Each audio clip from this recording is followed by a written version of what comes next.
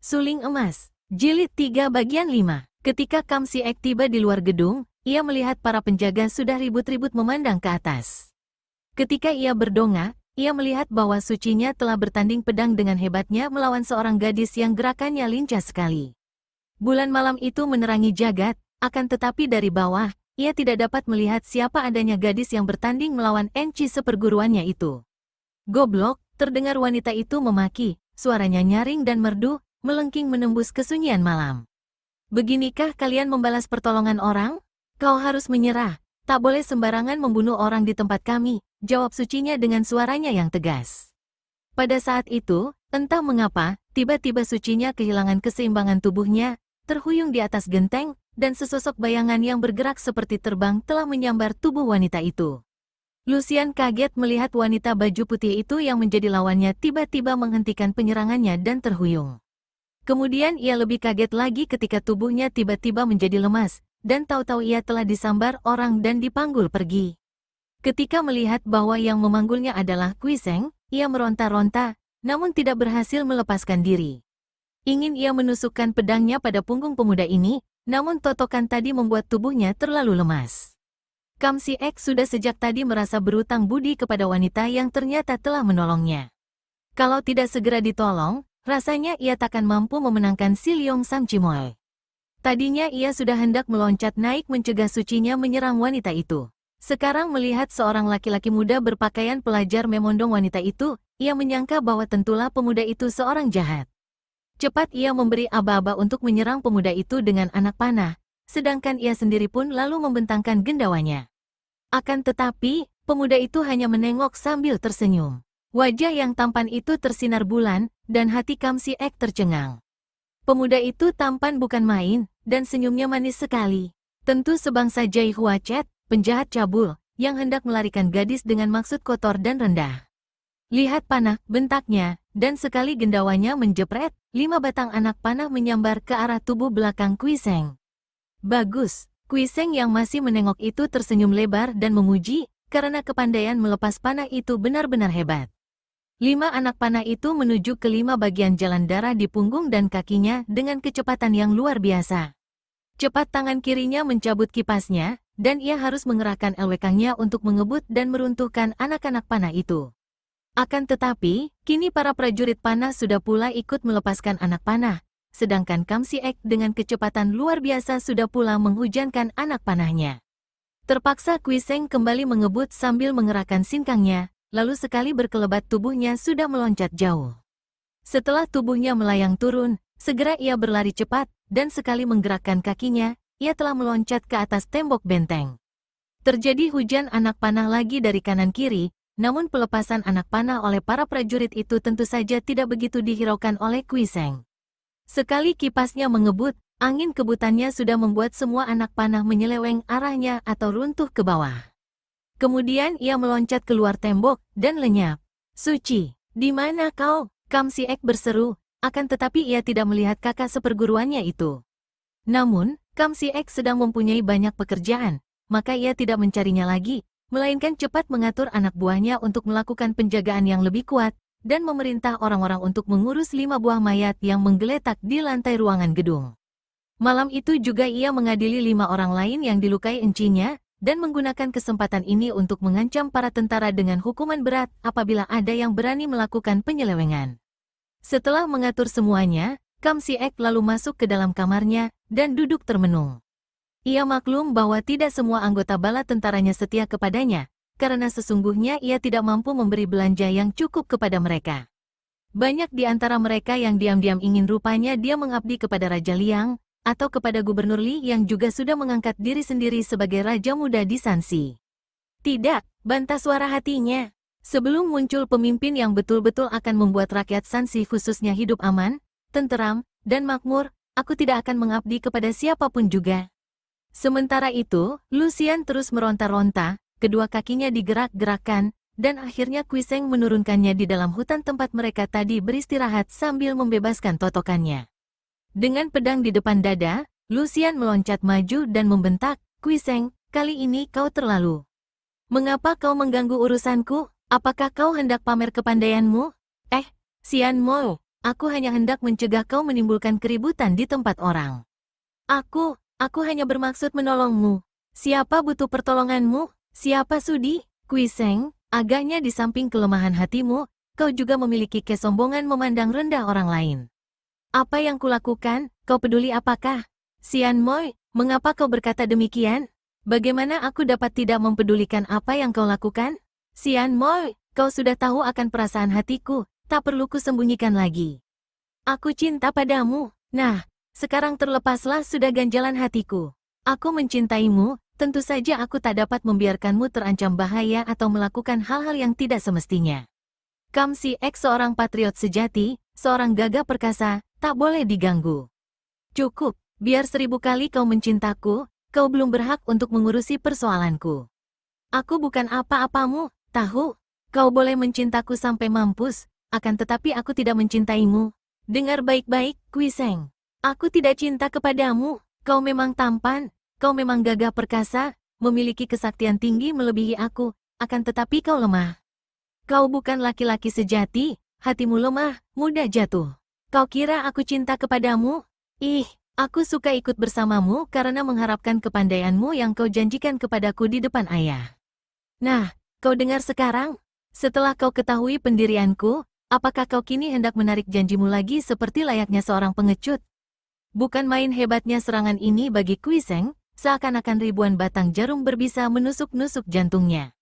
Wajahnya sebentar pucat sebentar merah, tubuhnya gemetar, bibirnya menggigil, matanya sayu, dan 2 butir air mata membasahi pipinya. Kemudian ia menggertakkan gigi mengeraskan perasaan, menguatkan hatinya, mengepal tangan, dan berkata sambil menengadahkan muka ke langit. Bagus sekali, memang kau patut menjadi putri Pat Jiu Sinong. Aku yang bodoh, hahaha, aku yang tolol. Orang macamku mana berharga menjatuhkan hati padamu? Tidak, Liu Lucian, aku tidak menarik janjiku. Kapan saja kau minta, akan kuturunkan ilmuku yang kupakai mengalahkan kau di panggung bengkau ketika itu. Memang aku cinta kepadamu, dan kau tidak mencintaiku sama sekali. Hahaha, biarlah, biar dirasakan oleh hati yang rakus ini, oleh pikiran yang pendek dan tak tahu diri ini, si cebol merindukan bulan, hahaha. Suling emas, jilid 3 bagian 6. Senang bukan main hati Liu Lucian. Memang beginilah watak gadis putri Beng Kaucu ini. Mungkin karena semenjak kecil terlalu dimanja, atau memang memiliki watak aneh keturunan ayahnya yang terkenal sebagai tokoh aneh di dunia Kangou, gadis ini suka sekali melihat sebanyak-banyaknya laki-laki jatuh hati kepadanya. Suka ia menggoda, menonjolkan kejelitaannya agar mereka makin dalam terperosok, kemudian akan ia kecewakan mereka, akan ia permainkan mereka. Dan ketika melihat mereka menderita, ia akan menertawakannya. Untung engkau masih belum terlalu rendah untuk menarik kembali janjimu. Kuiseng, aku menuntut janjimu itu pada besok malam, tepat tengah malam, di sini juga. Aku akan menjumpaimu di sini dan... Tidak, Liu Lucian. Tempat ini kurang sepi, mungkin ada orang lewat dan akan melihat kita. Kau lihat bukit di sana itu. Tampaknya sukar didatangi, terjal, dan liar. Jangan kira mudah menerima ilmu. Aku hanya mau menurunkan ilmuku kepadamu di puncak bukit itu. Besok malam, tengah malam tepat, aku menantimu di sana. Lucian menengok ke arah timur. Matahari mulai muncul, dan tampaklah bayangan sebuah bukit yang tak berapa jauh dari tempat itu. Bukit yang bentuknya aneh, puncaknya mencuat tinggi, bentuknya seperti kepala naga atau kepala makhluk aneh. Baik, besok malam aku akan berada di puncak itu. Setelah berkata demikian, Lucian meloncat ke atas kudanya, dan melarikan kuda itu pergi meninggalkan Kuiseng. Pemuda itu berdiri tegak seperti patung, mendengarkan derap kaki kuda yang makin lama makin jauh, lalu ia memejamkan matanya.